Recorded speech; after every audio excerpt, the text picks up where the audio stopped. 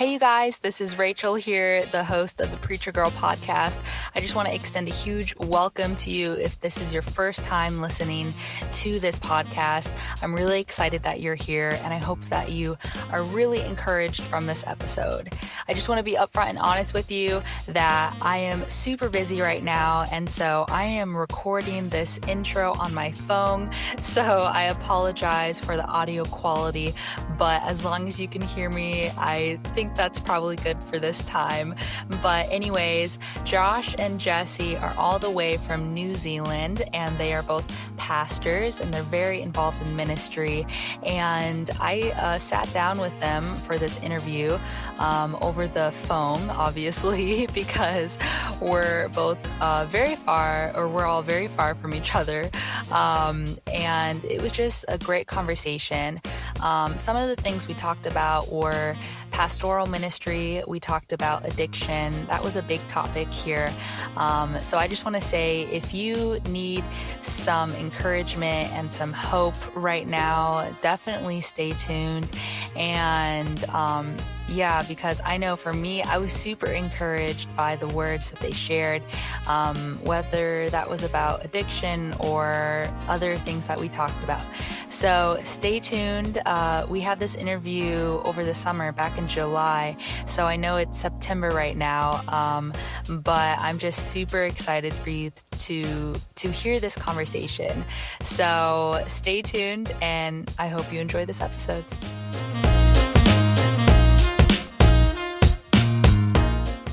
Okay, you guys, welcome back to another episode of the Preacher Girl podcast. Today, I'm very excited to have Josh and Jesse all the way from New Zealand on the show. They are a podcast host as well of the podcast Burn the Haystack. So you guys, welcome to the show. Thanks for having us. It's awesome to be here. Kia ora from New Zealand, everyone. Oh, yeah, right.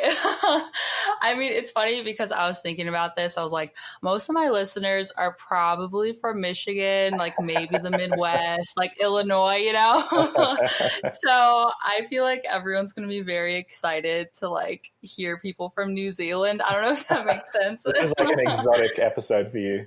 Right. Yeah, it's like very exciting. So, but anyways, just to start off, tell us a little bit about who you guys are, what you guys do, where you're from. Obviously, we know that now, but all that good stuff. Josh, you want to go first?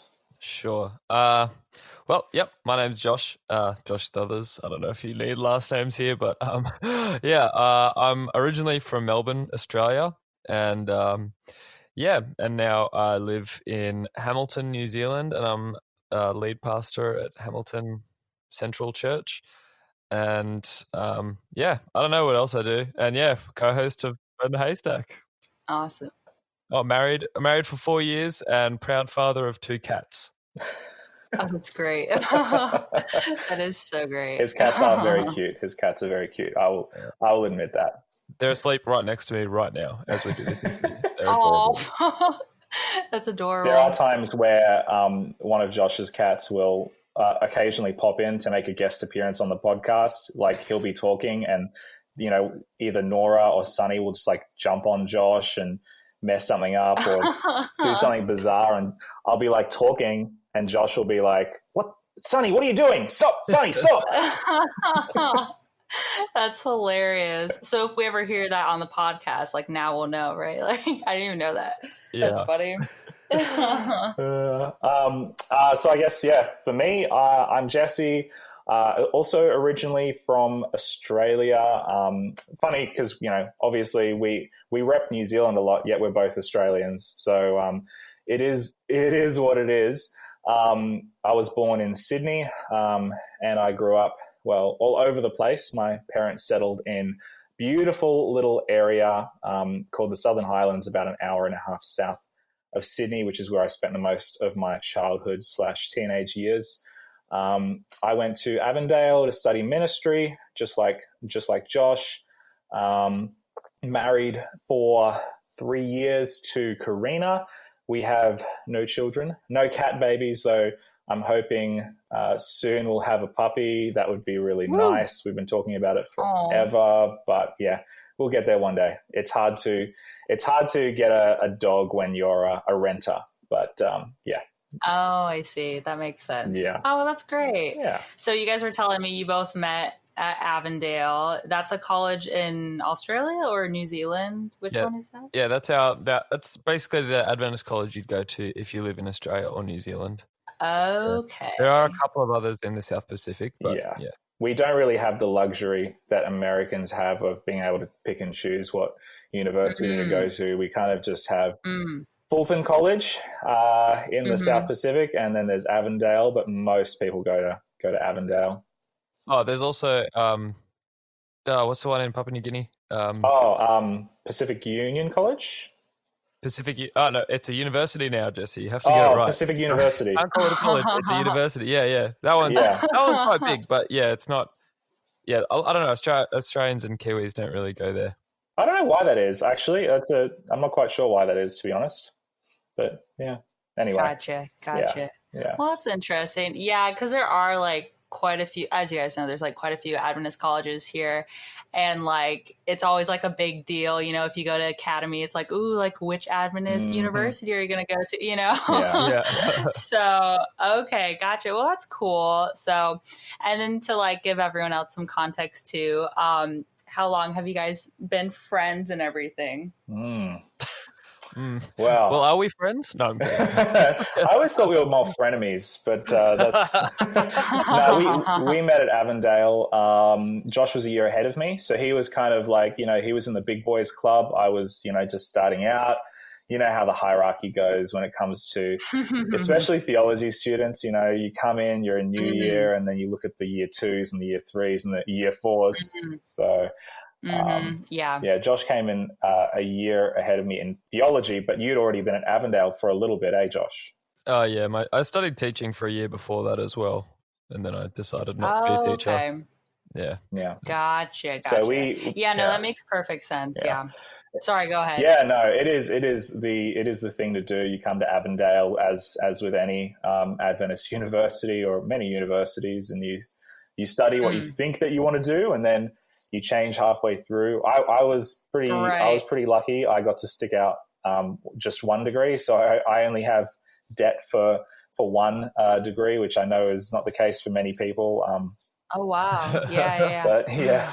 Oh, look at this guy over here. Nice. Oh, only debt for 1 degree. Oh, rub it in, Jesse. Rub it in. I mean, I still got like $60,000 in debt, so I'm not really that in that great of a position anyway. Those are kids' numbers, Jesse. Those are kids' numbers, man. Come back to me when you got a real debt. Oh my gosh. That is better than most, though. Yeah. Like 60,000. I feel like that's not too. I mean, it's a lot. Like, don't get me wrong, but at 60,000 Australian dollars, that's what, like maybe 45,000. Like $20 in America. American. Yeah. No, I'm kidding. It's not like $20. Yeah. So we met at Avondale. Josh was a year ahead of me. We had a few classes together. We weren't extremely close. We were, you know, in the same classes, but we were all kind of just, you know, studying the same thing, some of the same social circles. But in 2015, after you graduated, Josh, you went down to Melbourne for a year. Yep, volunteered there for a year. Back at my home church.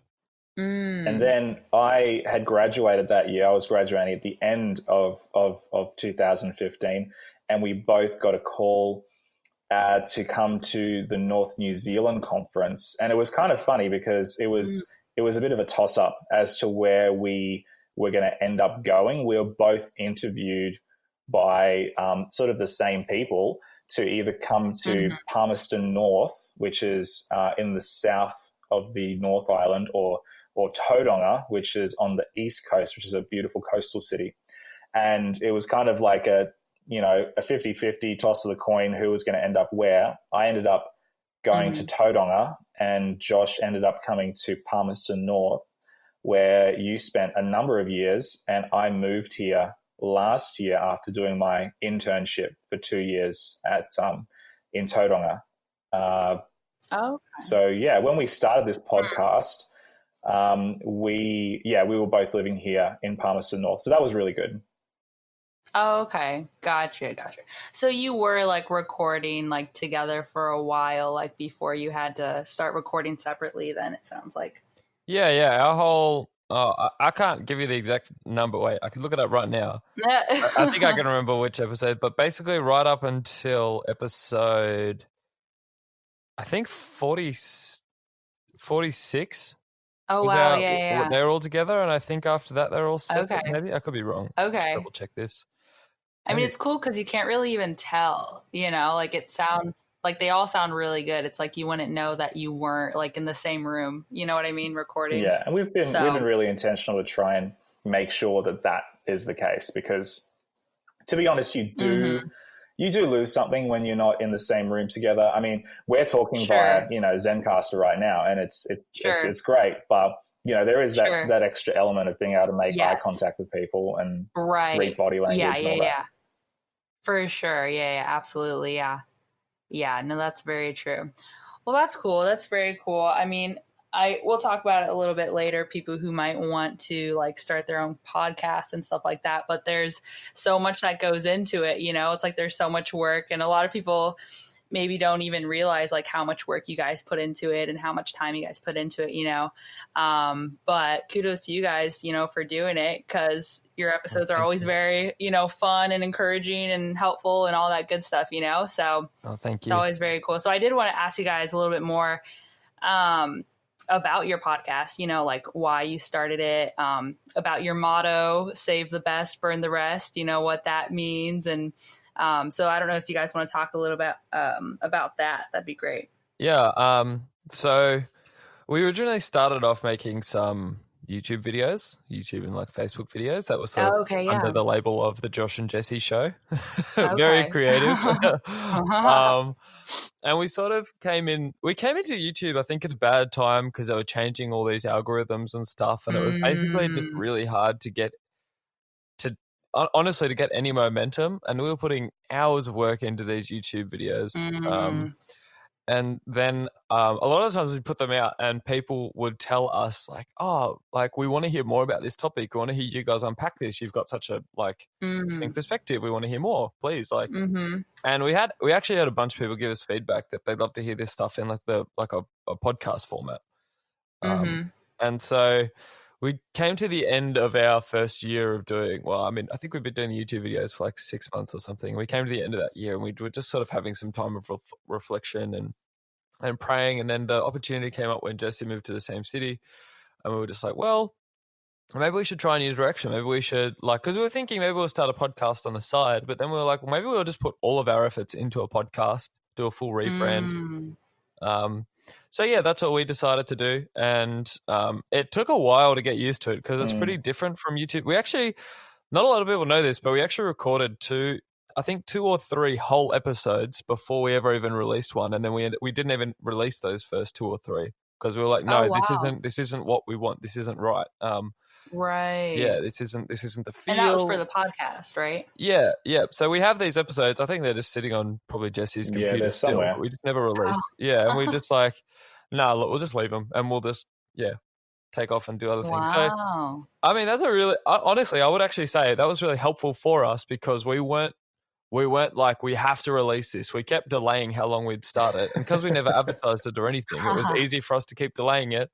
So yeah, we just delayed it until eventually we recorded one and we were like, yeah, I think this is it. And funnily enough, now that episode's called A Dog Eats Cake. That's episode 1. And if I could, I'd go back and delete that one. It's really cringy. Like back in the day. Oh, really? Yeah, well, I mean, back in the day, I was the only one with the microphone, because I was the techie. I was the one with all the gear. And so I bought a microphone, this cheap little USB microphone, and we were sitting on my couch in my lounge room and we were literally sharing a microphone together.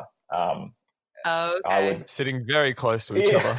Uncomfortably close. No, it was all good. But back then we didn't know what we were doing. We had no idea. We were just start. You know what this is like, Rachel. When you first start out, you get mad performance anxiety. You worry, are people going to like this? Do I even have anything interesting to say? Are people going to even care? And Are we actually funny? Because we're sitting there laughing at our own jokes. We're like, man, what if no one else finds this funny? Then it's super awkward. But you don't know because nobody's there laughing with you, so you just kind of wing it and hope for the best. Right. Yeah, it's true. Right. So we had no idea what we were doing. But the cool thing about Burn the Haystack and the little motto, save the best, burn the rest, was we didn't even really start with that concept. We started with a similar concept, but the concept kind of grew and evolved, not on its own, but I think we grew in our understanding of what we did. So whilst we did do a lot of prep work to start with, it did get to that point where we realized, okay, it's not going to be perfect, but you just got to ship it. We just got to do it. And I think that's a really key takeaway for anybody who wants to do a creative endeavor, is that you can do all the planning in the world, and planning is important. And we did the planning, but there does come a point where you realize that it's not going to actually develop into something that you want, or the thing that you're dreaming about, until you actually just ship it, Yeah, absolutely. Right. So... Right. Yeah. No, that makes perfect sense. Yeah. I mean, because you're right. Like when I first started my podcast, it's like you said, your first episode is always a little cringy. It's never quite what you want it to be. Yeah. And also, when you first get started, like you're saying, you wonder, like, is anyone even going to listen? Is anyone, even going to like what I have to say? Like all that different stuff, like you're saying. And I think there's definitely truth in just, I don't know, not giving up, and just kind of believing in why you want to start a podcast or a YouTube channel or whatever creative thing it is, and just kind of like give it a go. Because it's like, if you don't even try, it's like you might as well at least try. You got nothing to lose, So yeah, no, that's great. So I want to ask a little bit more. You mentioned your motto a little bit: save the best, burn the rest. So is there anything else to like unpack there? Like, is it like every episode you make, do you make sure that, you talk about, like, I don't know, like explain that like a little bit more, like how that works in your episodes? Yeah. It's one of the, like, I'm a believer that we do unpack it in every episode. We don't don't spell it out for you. I mean, yeah, like I get really frustrated. How do I explain this? Like if people are there's being on brand, and then there's being sort of too on brand, if you know what I mean. Like we don't finish every episode with, okay, so what's the best that we're saving today? And what's the rest that we're burning? Do you know what I mean? Like it's just right. Yeah, right. You sort of let it, we try to let it speak for itself. So sure. I mean, at the time of this recording, our last episode was with Alex Dion Wilson, who he's not he's not from like the same sort of context as us. He's not from an Adventist context, but he started like his own Instagram church. Basically, it's a church only on Instagram. He preaches solely on Instagram. All of his ministry is solely on Instagram. And so for us, and like we don't really ever talk in the episode about like the thing. I guess like there's nothing in there that you would say is saving the best, burn the rest. But really, I guess if I was going to unpack it like from why we chose to do that episode, I would say that we're actually helping people to think about like churches, like and getting rid of all the ideas that we have around church and coming back to the core of it, which is really like about encouraging one another, about meeting people where they are, which is for him, it's meeting people on Instagram, because that's where people are. So for us, it's like that it's on brand, but it's not too on the nose, if you know what I mean. Right. Oh yeah, for sure. For sure. And that makes perfect sense. And just to be clear, I love the phrase that you guys came up with. I think it's very creative. I think it was Jesse. It's really good. I think it was a combination of us talking through, because we talk through stuff, so much before we do anything. Sometimes it's a little bit too much. You kind of get to that point. You're like, okay, let's just do something. But we're pastors. We can't help it. Right. Yeah. And I did want to ask you guys a little bit more about, pastoring, because you're both pastors. There are a few people I know for sure that listen to my podcast who are currently studying theology or religion. I've been studying theology. I'm almost done. Woohoo, and awesome. it's always, an interesting journey to say the least. And I'm not even to seminary yet, if I go there, Lord willing. So I wanted to ask you guys a little bit, what is, pastoral ministry like, in the sense of what does it look like for you guys? And, because it's a little different for everyone.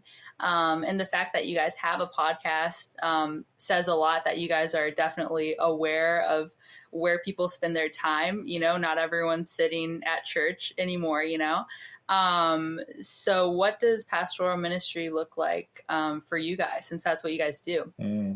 That's a great question. I think for me, pastoral ministry has been an absolute roller coaster since I've started. I've been a pastor for 3.5 years now, starting with my internship. And in that time, I've been working at like 3 different churches. Over that 3 years, I've been the chaplain of 2 primary schools, preschool, as well as all the other little bits and pieces. I started a youth ministry. So it's not like one thing. As much as I would love to have come into pastoral ministry and just kind of focused on one thing, that would have been great. But it hasn't been like that for me. And I know it hasn't been like that for Josh either. One thing that I am moving more and more towards, and I think that the podcast has been a big part of this, is whilst I have my local context, right now I'm the pastor of 1 church, primary school, and a preschool. And that works really well for me. I get to be at my church on the weekends. 6 months ago, well, for the last 6 months, I've had 2 churches plus my schools. And that hasn't been awesome, because I've been split between 2 different churches as well as my chaplaincy. No indictment on any of those churches, but it's just, it's a balancing act. Sure. Yeah. So for me, whilst I have my local context, which I'm totally invested in, and, I'm pastoring a group of people in a church, and I'm also providing chaplaincy support in 2 schools. For me, I'm also so aware of all the people in my city, as well as the people in my country and in the world, who will probably never set foot in a church, but they might listen to my podcast, or they might watch one of our YouTube videos, or they might listen to somebody else's podcast. I'm starting to realize more and more, whilst people are leaving churches and whilst people are walking out of churches, they're not abandoning faith, religion, the pursuit of meaning, the pursuit of good, doing good in the world, living a meaningful life. And so for me, I'm starting to have to shift my thinking of, well, just because people are leaving my church, just because, I can't turn up every weekend and expect 3,000 people to be at church or whatever. Right. It doesn't mean that I can't still reach that amount of people. And that's a real responsibility. And I think also great opportunity, especially for pastors like myself in small churches, tucked away. We're Australians. We're used to the Australian context, and that's big. And then when you go to Europe and America, it gets even bigger. But for all intents and purposes, we're kind of tucked away. We're in New Zealand. There are 11,000 Adventists in the North Island. Wow. That's all, Right. Yeah. That's not a lot. I mean, we just cracked 11,000. We've been at 10,000 something for almost a decade. And our conference celebrated last week because we just went past 11,000. Wow. We're reaching way more than that with just the podcast than we would ever just in our local ministry. I don't know if you want to add anything to that, Josh, but just to echo, I guess, what Jesse said. I mean, my sister, who doesn't go to church, listens to some of our podcast episodes, and my dad, who doesn't go to church either, he listens to my sermons that go online from my church. You know what I mean? So it's like there's something about like this modern like digital ministry. Yeah. We just need to tap into it more. And the thing is, like, you might not be like a you know, your ministry might not end up like an Elevation church or whatever, where it's Right, like, you know, right. viral video, like that sort of thing, because that's just crazy production levels that most churches cannot achieve. But it doesn't Right. mean that like you can't do something with, because that's the thing. I mean, with just your phone is an amazing camera. It's got an amazing microphone in it too. The amount of things you can do with just a phone that are decent enough quality that, I mean, these days people enjoy just watching Instagram stories, which is really going to be, I mean, just that's going to be a continually growing medium. Even if you're just putting stuff on your Instagram story, it's an amazing ministry and can have amazing reach. So I think like that's one thing we have to keep on doing. And there's so many different avenues of doing it. I mean, you could start a podcast or you could do something really different. We need all sorts of avenues. I mean, it's been really cool since we started. Because when we started, we couldn't find any other Adventist podcasts except for like sermons. You know, like a church will just put up their sermons. Sure. And we were like, they're cool, but they're not really like a podcast. You know, like a podcast, part of the value of it is this conversation and it's its own medium. And at first we couldn't find any until we sort of started. And then eventually we found Ryan Becker with Absurdity. Oh, yeah, for sure, Yeah, and then so it was just sort of us two for a while. And then all of a sudden in the last, I don't know, year, there's just been this explosion of Adventist podcasts. It's like the Adventist podcast renaissance. You know what I mean? It's awesome. Like, because that's the thing. There's more and more people all the time listening to podcasts. So that's why, like, I mean, I'm not scared of more Adventist podcasts starting. I think it's awesome because there's always going to be more than enough for all of us. And it's not like you're taking a slice of our pie or something like that. No, it's stupid. That's just not how the online ministry works. So absolutely. I didn't realize that you guys were like one of the first. I mean, I wondered if you guys were like one of the first Adventist podcasts, but I wasn't quite sure. So we're kind of proud of that. We're kind of proud of that in a way. You know? Yeah. Who wouldn't be? That's but awesome. I can't stress more than enough. This is literally something that has happened in a year. Like, this is not something that's been brewing for the last, like, there were Adventist podcasts before us. I think possibly the oldest one is Matthew Lucio's Adventist History podcast. The godfather of Adventist podcasting. Yes, he is the godfather. No less because he's like actually Italian, but but like, this is something which has only just started to happen on the scale that it has in the last year. Like, a year ago, we had no idea that people like, you know, like you existed, Rachel, or people like Jose Briones or the Oz Table Talk guys, or any of these Adventist podcasters that are creating excellent content for the church and for people who have disconnected with church. But I think I'm encouraged by the fact that this medium, whether it's podcasting, whether it's YouTubing, whether it's any other type of content creation, it's a collaborative medium. It's not a competitive medium. And I'm in this world where the majority of my colleagues are over the age of 50, and the overarching culture is competition and it's competitiveness. It's how many baptisms did you get last year? It's how many people are attending your church. It's, are your tithe dollars bigger than they were last year? And it's this never-ending competition. But in this new medium of this new ministry medium that we are finding ourselves engaging in, that's not a conversation. It's about, how can I support you? How can I help your ministry grow? How can we do stuff together? How can we reach people for Christ? How can we engage in the hard questions? And that's just great. It's just so much better. Yeah, no, that's really awesome. Everything you're saying, because when you're taking, and not everyone listening is a theology major, a religion major, whatnot, but, you know, I've been in a lot of classes where it's like you're saying, like, you talk a lot about how to, dare I say, like, convert someone and like get someone baptized. And like, you know, a lot of the focus is about, you know, success, like how successful will you be as a pastor in terms of, you know, your congregation and how many people are there and whatnot. And that's what I think is so cool about, you know, how you guys are saying how the digital age, how it's just, increasing like so fast, and how people are so supportive and everything. And, that people like me and my friends here, like we can just start a podcast, because we want to, and we can do it in such a way where it is like a ministry, and because like I'm not a pastor yet, I'm not working for a conference yet or anything like that.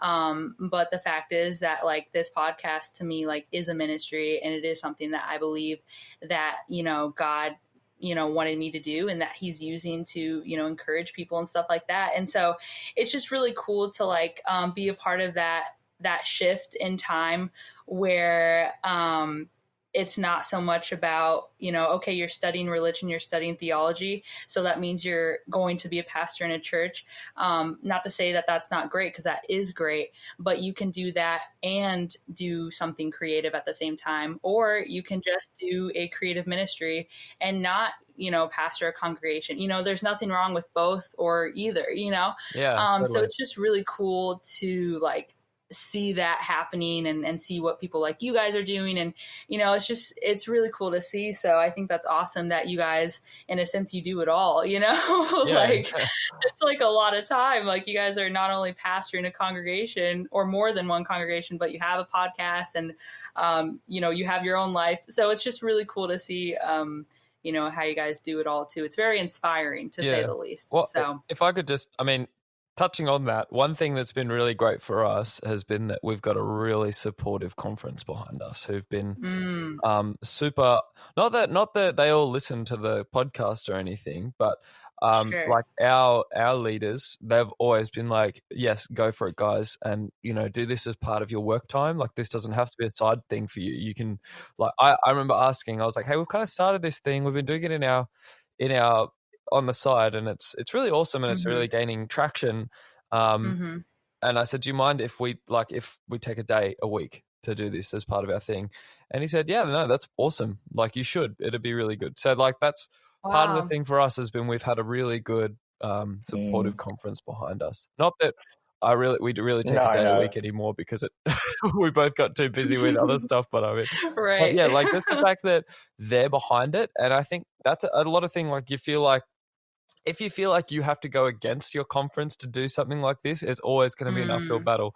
But if you've got your leaders on your side, it's an amazing head start. Even just that, like, if nothing else, they're just affirming of you doing it, because that's been a big thing for me. I've taken on a new role this year where I was a youth pastor before, but now I've like stepped into like a lead pastor role of like a fairly decent sized church. So it's like been really draining and kind of hard, like just to keep doing this as well. But I'm not going to give this up, because it's like the podcast has taught me so much about life, and it creates a space for amazing conversations that actually then flow into my pastoral ministry and help me there as well. On a very selfish level, it's every week we get to talk to a whole bunch of people that kind of mentor us in a way, It's so great.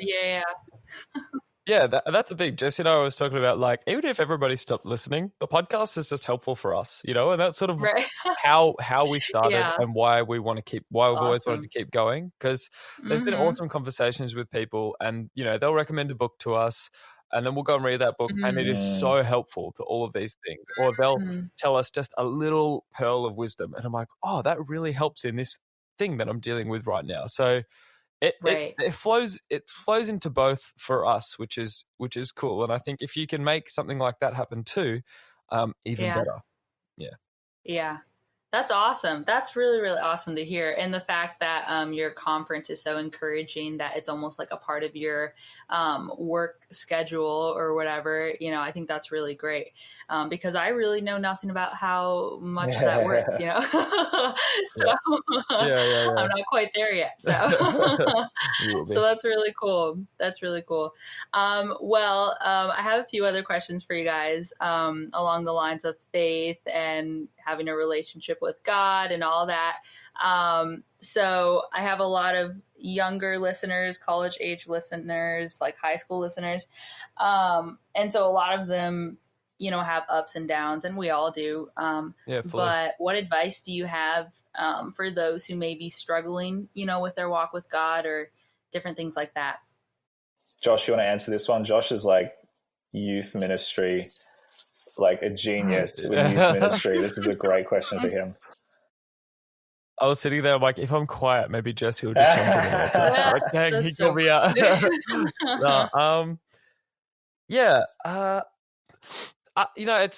It's one of those things. I mean, like, there are so many different seasons of ups and downs, and all of us have them. Right. And I think it's, I guess, just some thoughts that have been helping me with that lately, because I guess the thing is as well, like, pastors have them too. Like, there's no one, I'm sure even old mate Ted Wilson has them too. Yeah. Like president of the global conference. Like, we all have spiritual ups and downs. Life is just like that. I mean, you read the Psalms and it's a whole book of the most polar opposite ups and downs. It's absolute chaos in the mind and heart of David. It's like he's like, it's like, God, you like take me in your wings and all these things. And then like the next psalm is, why have you forsaken me? That's just how we are as humans. And we have to embrace that. As hard as that is, you have to embrace that, hey, actually, this is just a season. And embracing that in the high seasons too. Like, this is just a season. Right. And like, there are other times coming. I mean, that's not to say have like a really pessimistic worldview. It's just to have a balanced worldview, to understand, wow, God, you have been so good to me in this season. I'm so grateful. This is such a low season, but I'm so grateful because I know you'll lead me out of it. And like, you read the Psalms and it talks about going through the valley of shadow and death. And it actually doesn't talk about God taking us over it or around it. He actually says, hey, I will walk through this with you. And for me, I find that so encouraging, because sometimes I think in the lowest parts of my life, God's left me. He's not listening to me. But actually, that teaches me to look a different way and actually say, hey, he's with me here in this, in the midst of all this. He's still here with me. And that can be really hard to accept, because like, well, why does he keep letting this happen? And there are a whole multitude of reasons behind that. And I think it's because God's always growing me and God's always working on me. And it's in those places, often at my lowest, when I've drawn the closest to him and I've realized the most about my journey. The mountaintops are awesome. Everyone loves mountaintop experiences. But the mountaintops are moments when I can say, wow, God is so good. And I need to take those mountaintop moments and those mountaintop pictures of God and take them into the lowest parts of my life too, so he can work through them in all altitudes of life.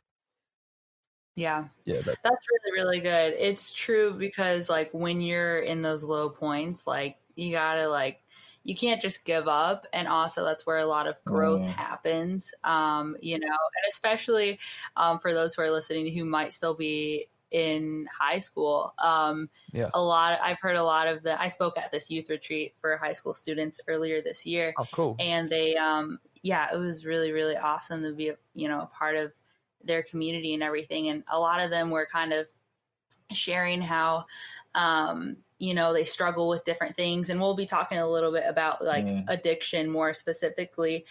But because when you're younger, and even in college too, when you're in those low points, it's really easy to just almost not stay there, but like dwell on it and like focus on everything that's going wrong. And so I think that's great that you pointed out that, you can still be grateful, like, you don't have to like stay in that, mindset of like, well, everything's going wrong, or like, I'm not, who I want to be, or different things like that. But it's hard, for a lot of people. So I don't know if you guys have anything more to add to that. If not, it's okay. I would simply add, in the New Testament, the apostles refer to the church and followers of Jesus as the new Israel. Like, we're these people that have this legacy of Israel, of the nation. And when I think of Israel, the man, Jacob, who becomes Israel, I think of, him struggling and wrestling with the angel back in Genesis. And, Israel means the one who struggles with God, or the ones who struggle with God. wrestle with God. And I, as the new Israel, as followers of Jesus, I think that we are still that people. We are still the people that wrestles with God. And I think in the wrestling and in the struggle, I think that's where God is.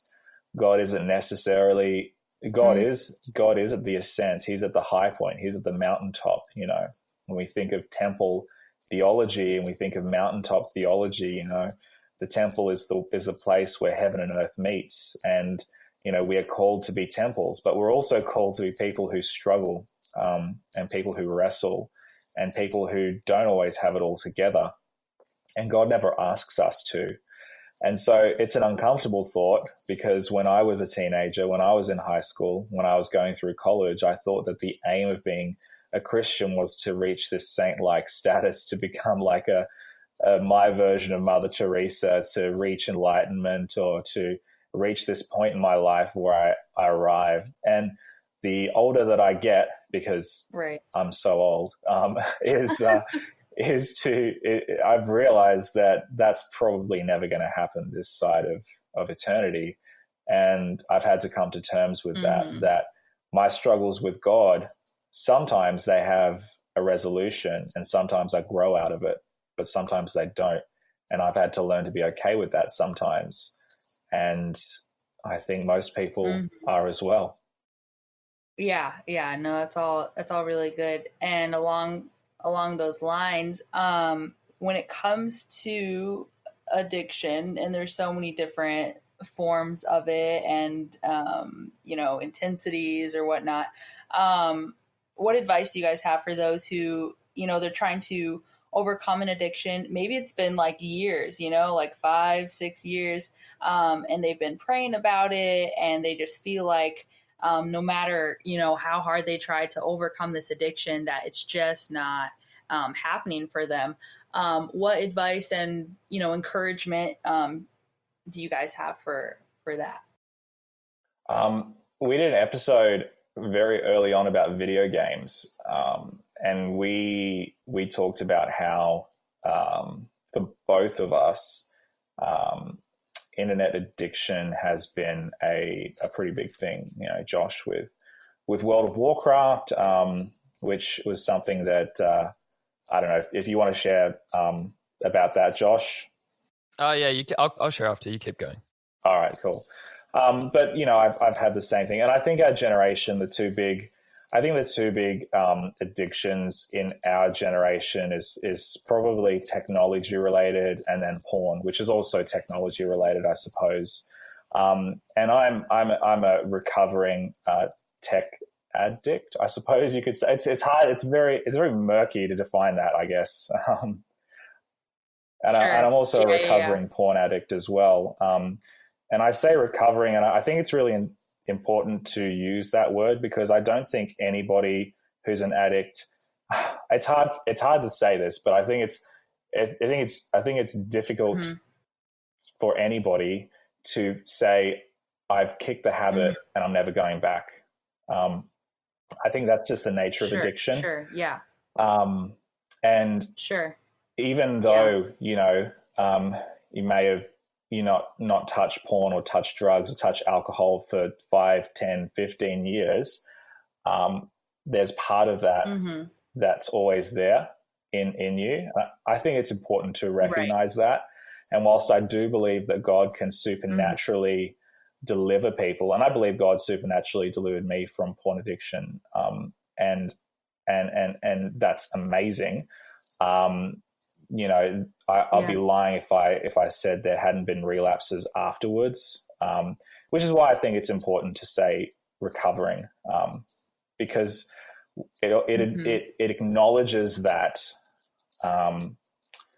there's always part of you that's there that you have to be careful of and aware of, and be totally committed to God and saying, hey, this is a weak part of me. I need you in this area, God. I need your Holy Spirit to give me the strength to resist any temptation I might have. But it also forces me to be humble. I know that a lot of people, when they talk about some of this stuff, whether it's alcohol, drugs, or whatever, there's a lot of false hope, like in the sense that God can deliver you and he will deliver you and you'll be free from it forever. And that might be the story for some people, and praise God for that. But I think the nature, when I look at Romans 7, Romans 7 is one of those parts of the gospel that really, I guess, encouraged me, that we have this theology of overcoming. We have this theology of Christ rescuing us from the darkest depths of our depravity. I didn't mean to alliterate there, but there you go.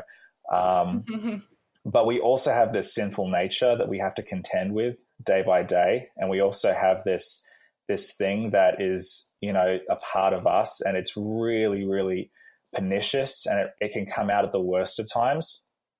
And so I've tried to remain as humble about that as possible, because I know that if I say today, I've been free for 7 years, and I get really cocky about it, then that gives the enemy fuel to rebuke me and to trip me up, and then to remind me of how much of a failure I am. And so I think when it comes to addiction, no matter what your addiction is, no matter what your poison is, I think remaining humble and allowing God into you, and allowing God to work in you, and being honest with yourself is really, really important. But also it's important to have people in your life that you have to be honest to. And that's the hardest thing, because it's easy for me to say to God, here's all my junk. Here's the worst parts of me. You see it all. You know it all.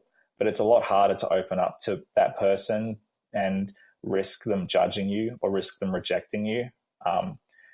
And then it's even more difficult to allow them to dictate to you and allow them to come into your life and to ask you the hard questions. So that's been my journey. And I've journeyed with a lot of people, a lot of peers who have struggled with a lot of the same stuff. And it's good to have a band of brothers around you. It's good to have a band of sisters around you. I think it's vital. Yeah. Yeah. I think, just to piggyback off that, and as Jesse said, I had a pretty serious gaming addiction to World of Warcraft back in the day. Not the worst, but too much for me, because trust me, I played with people who were just off the chain. And summarizing a whole lot, and I don't have time to go into it right now, but maybe another time. But my family basically had a huge Job experience. We lost everything. And God actually used that to break that addiction within me. I don't think he caused it and he punished us or anything, because God doesn't. I don't think God really does that. He doesn't curse his children. But he used that sort of valley for us, and he used that to break something in me and changed me a lot. And so I'm actually really grateful for that really low time in my family's history. And so, but I think something I guess he's been teaching me lately is about this whole thing about breaking addiction, but with grace. I think a lot of us feel the idea is that like God hates us until we break the addiction, or every time we maybe stuff up or stumble again, it's our relationship with God resets back to a zero or something. And that's just not the reality. It actually talks about how the Bible actually talks about how while we were still sinners, Christ died for us. And you think about the woman caught in adultery, and you think about all the people that Jesus interacted with in the midst of their worst is when he stepped in and he loved and accepted them, and that never changes. I mean, even Peter, when he straight up denied Jesus's feelings towards Peter never changed. And that's something I guess we just see repeatedly played out, this grace. And I guess just some encouragement, if you are struggling from any sort of addiction and you stumble, don't ever think that God hates you for it. God loves you. God has grace for you. You are the righteousness of God because of what Jesus did, because you are washed in the blood of Jesus. And that does not change. So just continue to let that pour out. And for me, the biggest thing has been the more I actually, and I know this is such a generic answer that people hate, but this is what's worked for me. The more I actually focus and try and give my whole life to Jesus, the more the things in my life like this begin to just shake off, you know? Yeah. And that's just an honest reality for me, that if I like, because if I try and focus, I have to, you know, if I get up in the morning, I have to not do this, I have to not do this, I have to not do this. Who's the focus on? It's on me. It's on me and my strength. But if I get up and I'm like, okay, Jesus, what are we going to do today? Where would you have me go today? My focus becomes on Christ and him leading me for the day. And for me, that's been a big shift that's helped me. And it's gradually changed my character and my heart and my mind, renewed my mind over time, just by purely changing my focus. Yeah. Yeah. So that's me. Yeah, no, that's awesome. I mean, everything that both of you just said, I think just hit, right on to so many different places that people might be dealing with. And I think one of the biggest takeaways from what you guys are saying is that, first of all, you do need, to be honest with yourself. And like you said, being humble and recognizing, it's like we're all sinners, but even so, like Jesus came and died for our sins, he's going to love us no matter what, like that doesn't change. And also I think it's so great that you guys pointed out that there is so much, I guess you could say, even power in surrounding yourself with people who, not only like know you as a person, but want to support you and walk with you, in your journey of, maybe of you overcoming addiction, but also just walking together in your faith and your walk with God. I think that's so important to surround yourself with positive people like that. Because if you're just like trying to do it alone, that's never going to be easy. And that's just, it's just not the best for you. But yeah, so thank you guys so much for sharing both of those testimonies, because I think a lot of people can definitely relate to that in many ways. So yeah, no, thank you so much, because a lot of people, they don't even want to share, you know what I mean? Like you're saying, like a lot of people just say like, oh, like, yeah, like you can do it. You can overcome your addiction. It's so disingenuous. Like, yeah, it's like, just keep praying or like just keep reading the Bible. And it's like, well, there's a lot more to it than that, And also what you guys point out was the part of like saying how when you wake up in the morning, you shouldn't be focusing on, okay, I'm not going to fall into that sin today. I'm not, but instead you should focus on Jesus, like claim the truth in the Bible, it's like, he's not going to leave you or forsake you, he's there for you. So totally. I think there's a lot of truth in that. So that's awesome. Cool. Yeah. It's awesome. Good summary.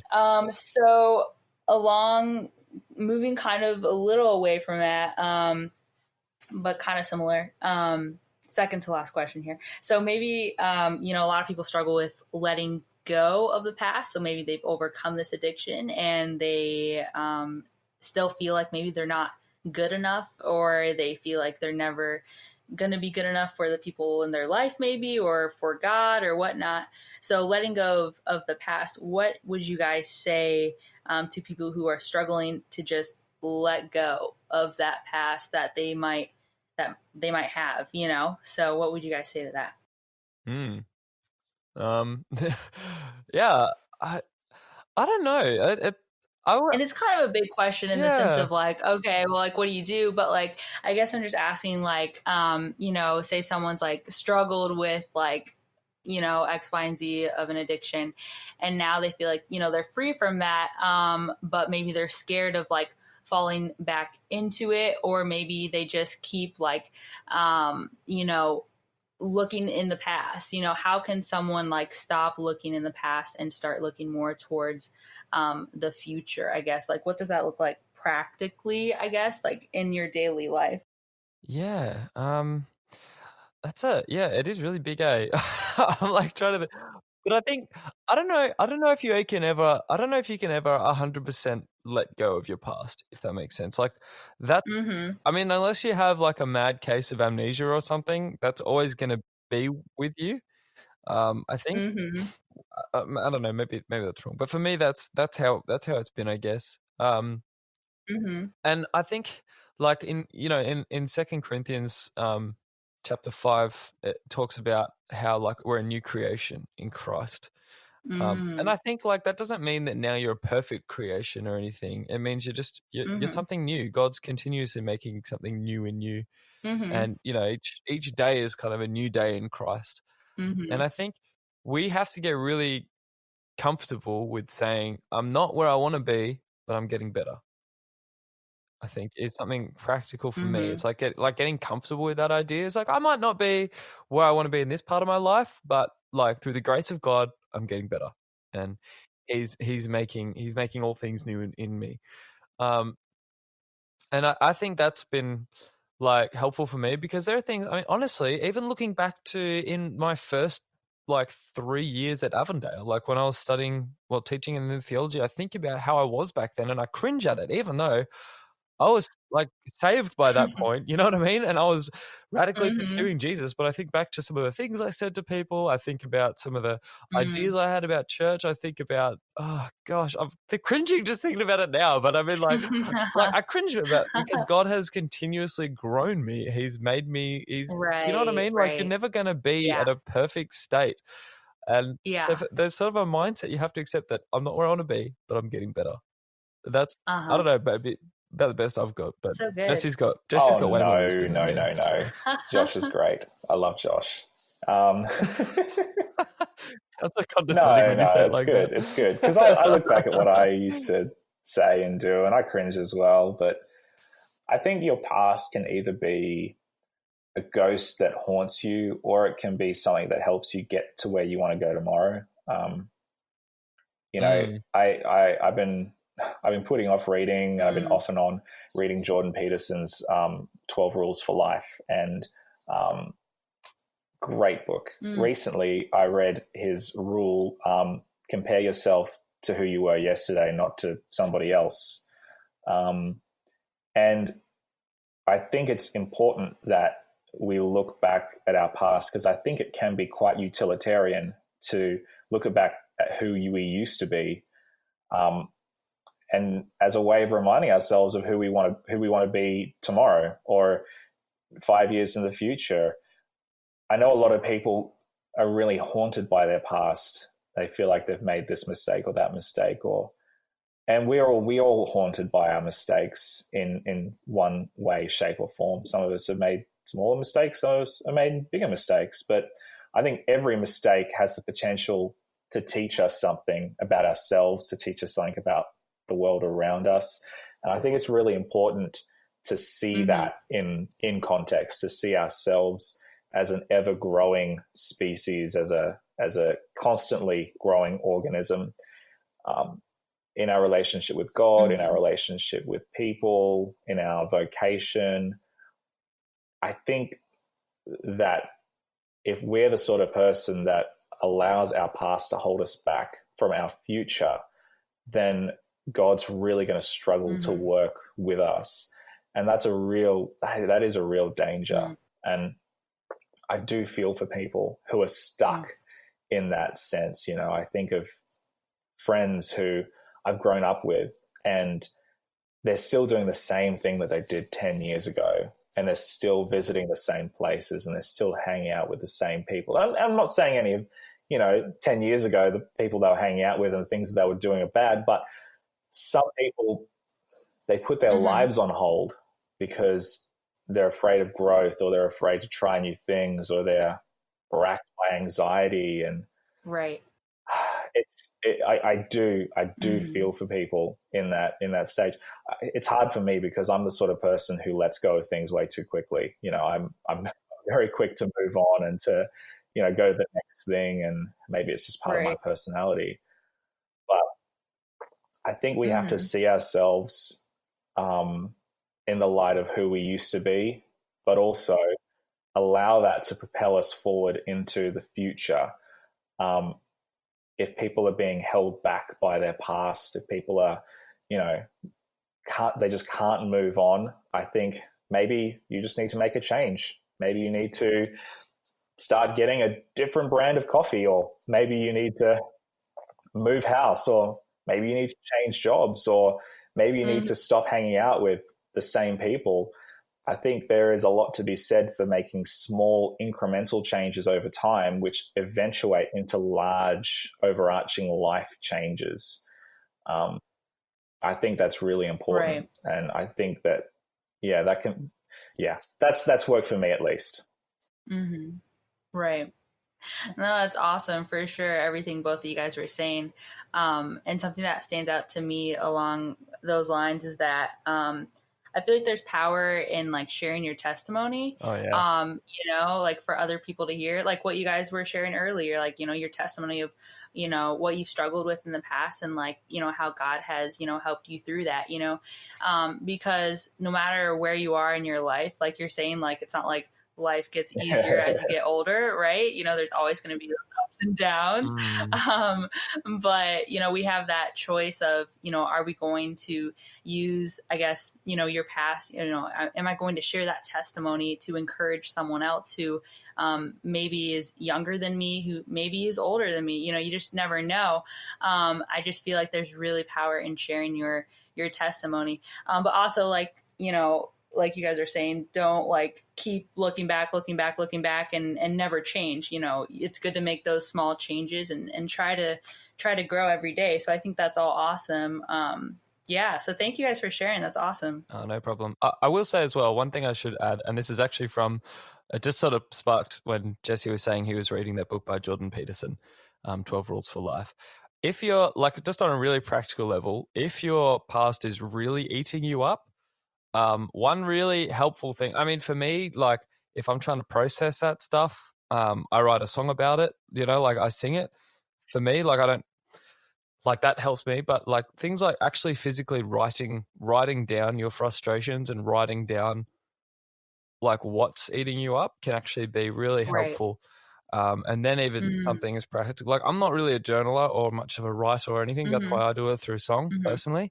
But whatever's going to help you, you have to find ways to actually put it into something so that you can see it in front of you and then be able to say, wow, actually that's not that big a deal now that I look at it. You know what I mean? Like you can shrink it down. Once it's on a paper, it's like, that's what it is. You can even like add into it. But then here's what God says about me. Or you know what I mean? Like here's what God's done for me now. I just thought I wanted to add something practical there as well. Yeah, no, that's awesome because it's true. It's like we don't want to like overthink it too much, right? It's like just write it down and that could even help. And like, whoever's listening, you can Google it, right? Like figure out different ways to like express what you're going through, right? But I think that's great. Not many people say they write songs, so that's pretty cool. Like I don't like release anything. Like I'm music's such a language. All of the music that we use on our podcast, say one or two little sound bites or special effects, are all written by Josh. So Josh is a fabulous composer. Yeah. No way. What's up? That is so cool. Thanks. That is so cool. So like the little jingle like that you guys use? Yeah. No way. That is so cool. Wow. It's like you're the next Ed Sheeran if you want to be. Absolutely not. Look out, world. Oh, that's great. That's funny. That's so cool. Yeah, because I definitely did not write my own music on my podcast. No one does. It's way too much work. Yeah. That is so cool, though. Well, you guys, thank you so much for sharing and answering all of my super like deep and hard questions. No problem. But I know for sure that a lot of people can definitely be encouraged by what you guys have shared. And so I know a lot of people will appreciate it. So thank you. Thank you very much. It's been awesome. No problem. Thanks so much for having us. Yeah. And of course, people are going to want to be able to find your podcast or follow you guys on social media. So where can they find you guys? I mean, as far as Burn the Haystack, we pretty much own that brand, so you can Google it and find us anywhere. We have a website, we have Facebook, we have Instagram. Instagram is really taking off, like, so I don't know. Yeah, people are really using that a lot. So yeah, we're definitely there. And then both Jesse and I are on. Well, on Instagram as well. I'm just under Josh underscore Stothers, STOTHERS. But if you want, basically the best place to find us is just burnthehaystack.org. We have links to everything there, our social media, all the platforms that you can listen to us on. We're on Spotify. I know a lot of people listen on Spotify as well as, Apple. We technically are on Google Podcasts, but because Google doesn't really operate well in Australia and New Zealand, a lot of episodes don't get out there. But you can always find us on Stitcher and all that sort of stuff. But burnthehaystack.org, it's got everything that you need to connect with us. Mm-hmm. Yeah. Awesome. Yeah, and I feel like most people listen on either iTunes or Spotify, and you guys are on there, so that's simple enough. Just type in Burn the Haystack. Yeah, awesome. All right, great. Well, and of course, before you guys go, is there any last words? I don't want to just leave you guys hanging. If you had something else you want to say. Josh? Oh, okay. I guess, I don't know, I want to go back to the people studying theology and stuff. Just a little word of advice is just be yourself. I know people say it all the time, but it's really easy when you start working for a conference or, for a church, it's really easy to hide yourself. And I mean, you do have to be strategic, I guess, in a way, and you have to be wise. But I don't know, you really need to be yourself. And that's one thing, I guess, starting the podcast has helped me with, just being relentlessly how God created me and the way God wired me. I'm never going to, I've decided I'm always going to be as truthful as I can be. I'm never going to stand up for something I don't believe in. So yeah, I think I don't know, just be really who God made you to be and be unapologetic about that. You'll take hits for it for sure, but I believe it's worth it. And I mean, take it with a grain of salt. I've only been in ministry for a few years, so but for me that's been really helpful and in terms of my energy and longevity in what I'm doing. And I just wanted to affirm you in that, Rachel, because that's what you're doing here. Not only are you, you're studying, you're doing the hard yards, but you're also putting yourself out there with this podcast. I know especially for you, being a woman in ministry in the United States, that it can be tough. I know that there are some conferences that are all down with it, but there are a lot of people that, they're just not. So you are putting yourself out there. You're having these great conversations. You're sharing part of yourself, and that's really admirable. And it's great. Really, really proud to be able to do this with you. And I just hope that it really continues and that you reach new heights. And you're doing a great job. There it is. Thank you. I really appreciate it. I do, because a lot of people, don't always recognize everything that goes on, behind the scenes and everything. So thank you. I really do appreciate that. That's awesome. And, same to you guys. Like I said before, I mean, your guys' ministry is definitely very encouraging to a lot of people. So I think it's awesome. So, yeah. All right, you guys. Well, thank you again for coming on the show. Really do appreciate it. Hope life is fun in New Zealand right now. It's cold. Haven't been there yet. Maybe I'll be there one. It's cold right now? No way. Oh, yeah. Oh, we're on the other side of the equator. Oh, wow. Middle of winter. Oh, that's true. Yeah. Yeah. Here. That's crazy. That's so weird to think about. Man, opposites. That's crazy. Well, anyways, all right, you guys. Thank you so much, and enjoy the rest of your. I guess your Monday just started. So, thank you. All right, you guys. Hey, you guys, thank you so much for listening to this episode. I really appreciate it. Be sure to subscribe on iTunes. Leave a review. That would really help a lot. That would get the podcast out there more. And I just want to say thank you so much for your support. I hope you enjoyed this interview. I really enjoyed it. I'm recording on my phone right now because it's just been so busy and I forgot my mic at home. I'm back in school now and I'm hoping to pick it up soon. But yeah, I just wanted to let you guys know that, I'm on my phone right now recording this, so that's fun. But of course, I want to give a big shout out to CJ Lingle. He helped me edit this. Well, he did it himself. I didn't have time to edit this. So he edited this episode, and I'm just super thankful to him. So be sure to check out his podcast. I will put that in the description for sure. And him and I actually had an interview on his podcast. So if you want to hear about my time in Peru for my mission trip and everything, that's on his podcast. And he has other episodes too, so go support him. Anyways, I hope you guys are doing well. I just really, really appreciate your support. Anyways, that's that. I hope you guys are doing well. And I'm just so tired. I'm so sorry.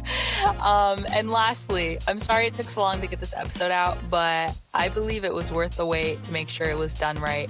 And I hope you guys really liked it, and be sure to share it to other people so that more people can be encouraged. All right, guys. Thank you for listening. Have a great day. Bye.